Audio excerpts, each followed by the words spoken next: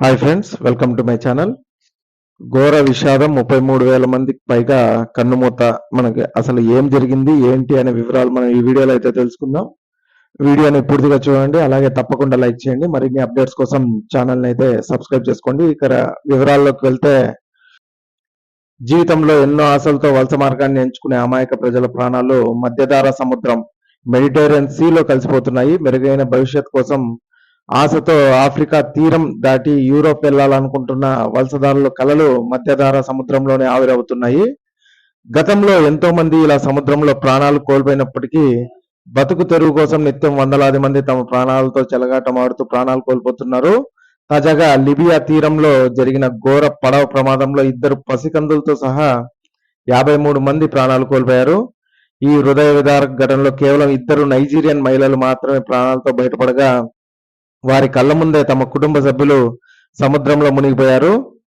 6 గంటల ప్రయాణం, అంతులేని శోకం. తాజా పడవ ప్రమాదం పైన ఐక్యరాజ్య సమితికి చెందిన అంతర్జాతీయ వలస సంస్థ కీలక వివరాలను వెల్లడించింది. ఈ వివరాల ప్రకారం సుమారు 55 మంది వలసదారులతో కూడిన రబ్బరు బోటు ఫిబ్రవరి 5 గురువారం రాత్రి 11 గంటలకు సమయంలో లిబియాలోని జావియా నగరం నుండి బయలుదేరింది. ప్రయాణం మొదలైన 6 గంటలకే సముద్రపు అలల ఉధృతికి బోట్లోని నీరు చేరి జువారా తీరానికి సమీపంలో బోల్తా పడింది. ప్రాణాలతో బయటపడిన 2 మహిళల్లో ఒకరు తన భర్తను కోల్పోగా, మరొకరు తన 2 పసిబిడ్డలను కోల్పోయి పుట్టెడు దుఃఖంలో ఉన్నారు. ఈ ప్రమాదంతో మొత్తం 53 మంది ప్రాణాలు కోల్పోయారు. మధ్యధరా సముద్రం వలసదారులకు ప్రపంచంలోనే అత్యంత ప్రమాదకరమైన మార్గంగా మారింది. ఐక్యరాజ్య సమితి డేటా ప్రకారం గత కొన్ని ఏళ్లలో జరిగిన ప్రమాదాల గణాంకాలు భయం గొలుపుతున్నాయి. 2025లో ఒక్క మధ్యధరా సముద్ర మార్గంలో సుమారు 1342 మంది మరణించారు. ఈ ఏడాది ప్రారంభమైన కేవలం 40 రోజుల్లోనే ఈ తాజా ప్రమాదంతో కలిపి మొత్తం 484 మంది వలసదారులు మృత్యువాత పడ్డారు. గత నవంబర్ 2025లో జరిగిన మరో ఘటనలో 42 మంది సూడాన్, సొమాలియా వలసదారులు ఇదే ప్రాంతంలో గల్లంతయ్యారు.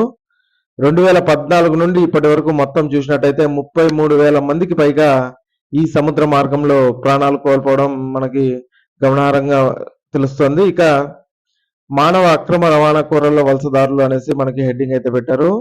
యుద్ధం, పేదరికం, ఆకలి నుండి తప్పించుకోవడానికి ఆఫ్రికా దేశాలు ప్రజల అక్రమ రవాణాదారులను ఆశ్రయిస్తున్నారు.